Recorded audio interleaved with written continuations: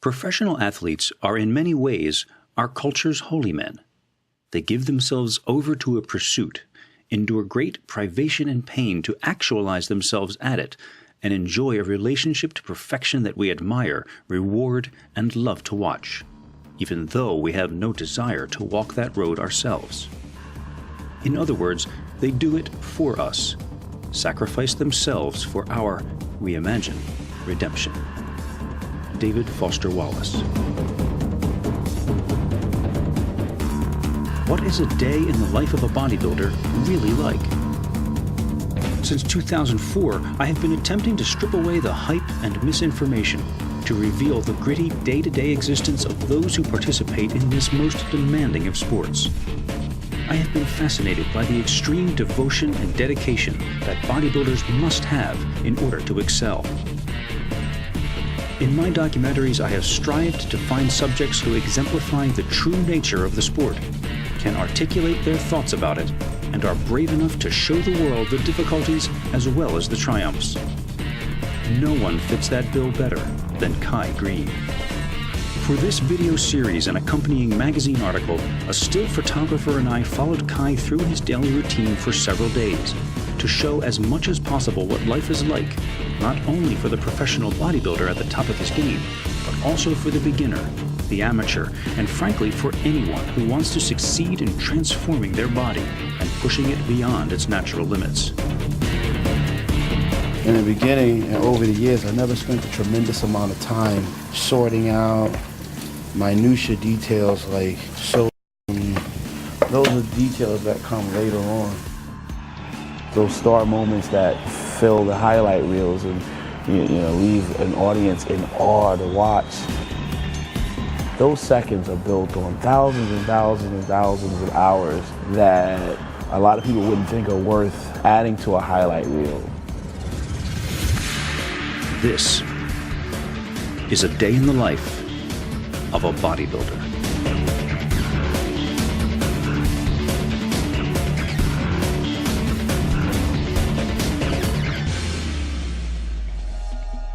Hey, what's your day like?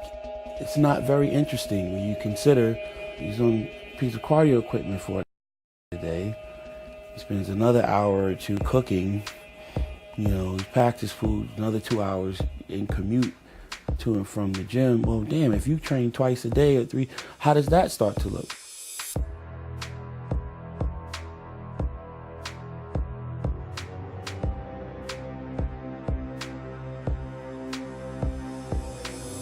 A lot of times the day in the life of opportunities bring a lot of anxiety for me because there's a lot of this expectation a lot of times of, well, you're supposed to be this accomplished, celebrated bodybuilder and, why don't you have what Jay has? Why don't you, live like Phil Heath does?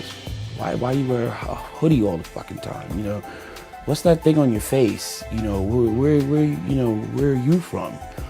And then in order to try to explain that, you almost end up looking like you're coming from another planet. Kai Greene is unique among today's stars of bodybuilding. He rejects the usual trappings of success and prefers to live simply, still living and working in the downtrodden Brooklyn neighborhood he has known for most of his life. When Flex magazine proposed this Day in the Life video series, Kai was adamant about not concentrating on the flash and rewards of the sport, which can be elusive and few for most, but rather on the daily existence that got him to this place. If the world only got a chance to see you on stage receiving top honors before they get a chance to see this, or you sleeping on someone's couch, just scraping pennies together so you could afford to train 6 hours a day, some bouncing gig or some stripping hustle or something like that, it becomes very difficult to really understand the moment of triumph when it comes. In these videos, you won't be seeing any fancy sports cars or marbling chrome kitchens. No personal deep tissue masseuse or highly paid nutritionist. Instead, you will see what has been a day in the life for Kai Greene for 20 years, and to a certain extent still is. And it all starts here, in a rundown dollar store on Flatbush Avenue. a critical tool getting ahead in this game of preparation is Tupperware. It is critical to get up in the morning early or go to bed a little bit later at night and cook your food and pack it. A lot of bodybuilders go off track right here. So what I'm going to do today is show you this is how it's done. So you get yourself some Tupperware. Doesn't have to be really flashy.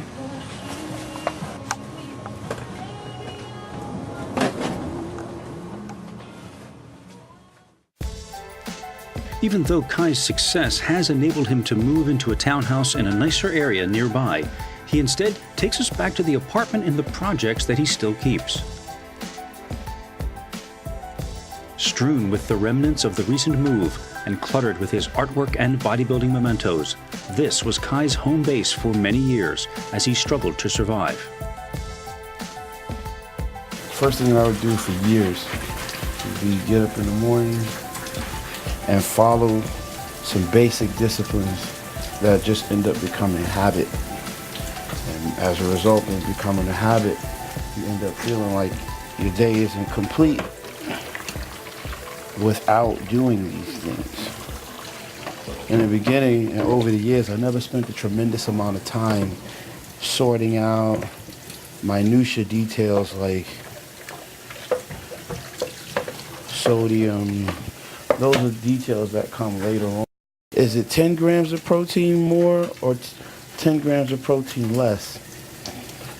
Who cares? Just get started. I can take a bag of a frozen vegetable. It can be string beans, broccoli, throw it in the microwave. As Kai expounds on the fundamentals of bodybuilding, the temperature in that cramped kitchen keeps rising and rising.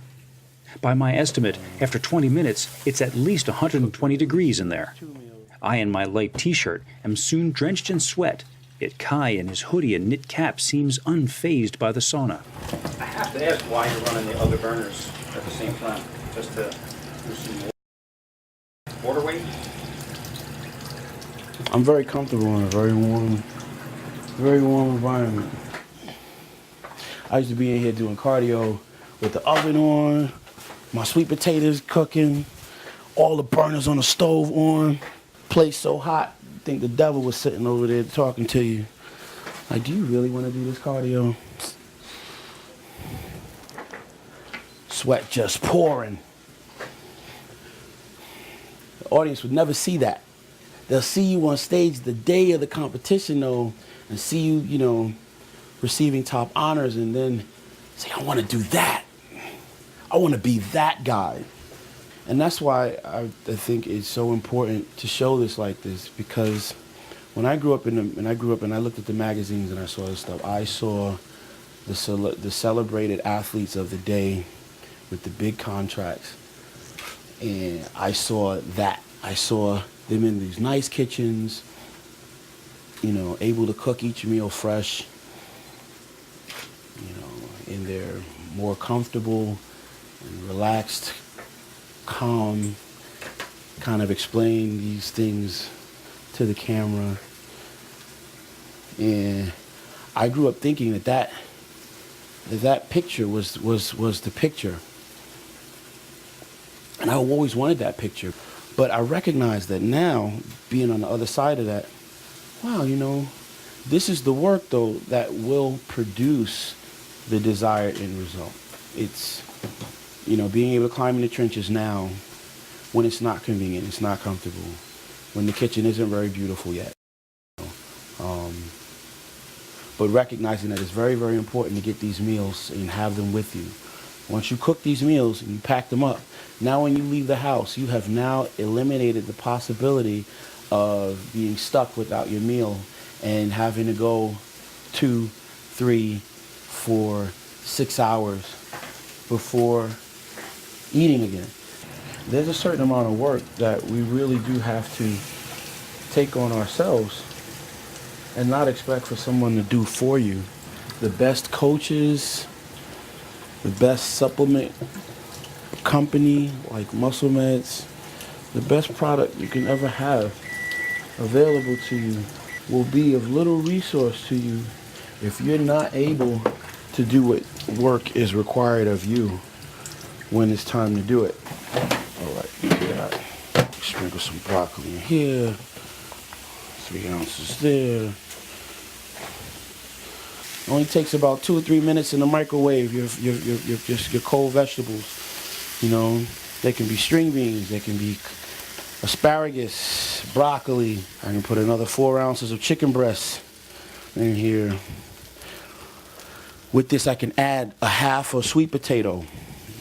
Sweet potato I can have either in the oven now, baking, or I can have in my microwave for 9 minutes. I can put 4 sweet potatoes in the microwave. Give them 9 minutes, depending on how big they are, but we don't have to get lost in minutia. Real life, in the trenches bodybuilding means that you have to be inventive. You have to be a problem solver. You have to be able to troubleshoot, because at the end of the day, it's your responsibility to stay on target with your goal. Your goals, your dreams are important to you. Your mother may love you, but she doesn't care whether or not your arms are 24 inches. She's still going to love you. Well, maybe most moms, but, But your dream of having your arms 24 inches is your dream. So it's up to you to cultivate that, to protect it, to nurture it. So it's your responsibility to come up with ways to find out how you can eat every 2.5 hours without incident. All the beginners, all the real, fledgling amateurs that have grand expectations of where they'd like to go in the sport, man, you gotta develop your tools. You gotta develop the use and awareness of your instrument. You gotta develop these skills. Here, I'm not talking about focusing on how many grams of protein as much as or how many grams of carbs, or how many grams of fat. What I'm focusing on here, though, is the development of character, which speaks to your ability to follow and start to string together days of efficient action on a very basic level. In order to be able to have your food with you every day, all day, so you are able to eat on time, it keeps you and allows you to stay in an anabolic state. Now you start talking about the things that scientifically can support cellular growth and muscle repair.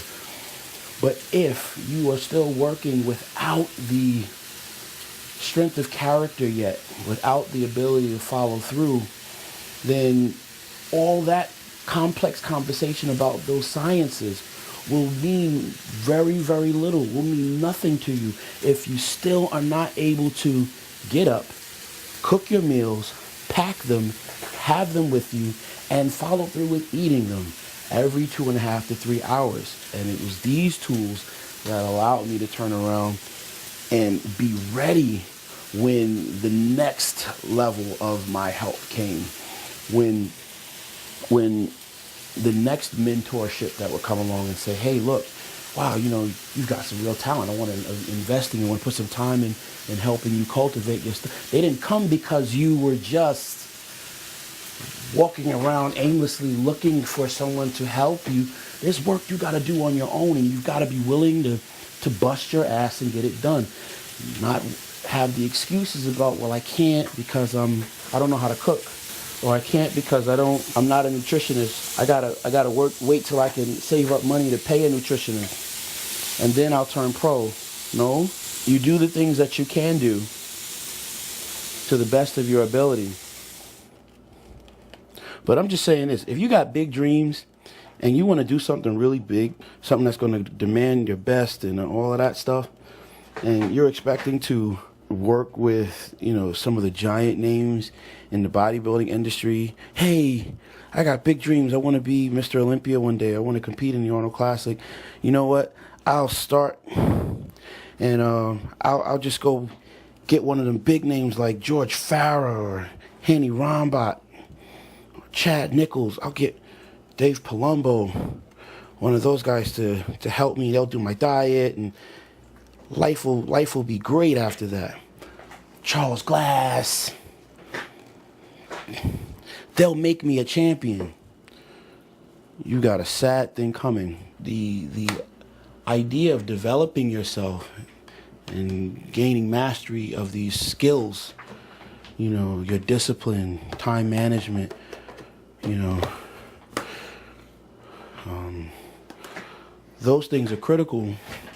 Without those in place, even the great supplement company with the great, powerful supplement will be of little support to you with basic fundamentals that are required of you to already have possession of. And that's the truth. No one should have to stand over you all day, every day. Did you eat? What time's your next meal? Hey man, are you on top of your schedule? Are you staying true to your path?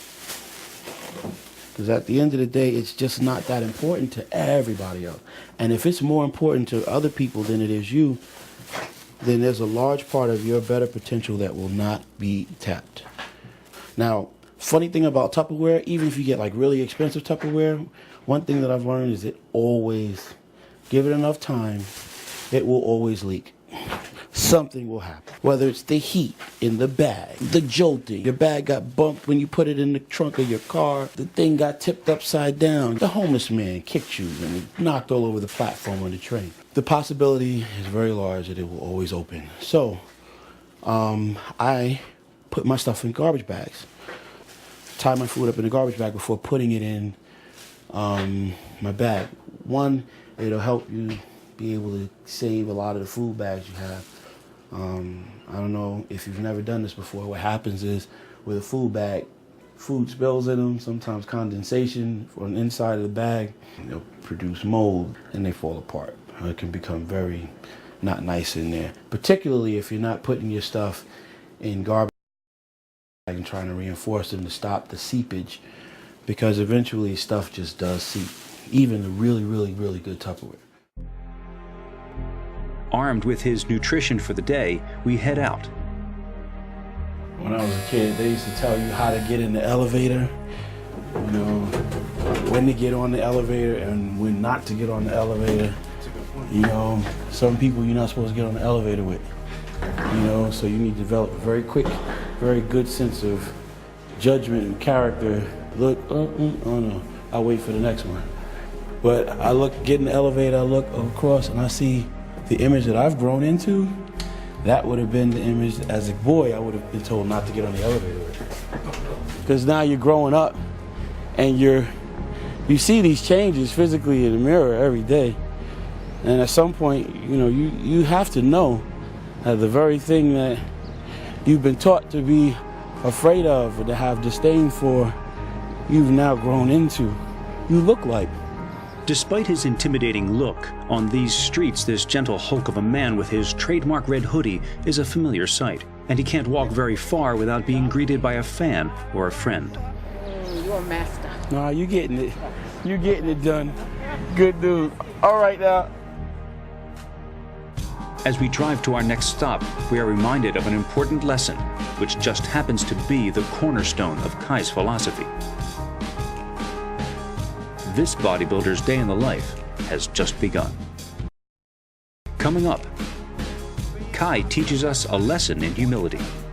Every now and then you need a tweak. A great bodybuilder would always look for what he can improve on. And no bodybuilder's day is complete without a trip to the gym. Later, we discover the true meaning of hardcore.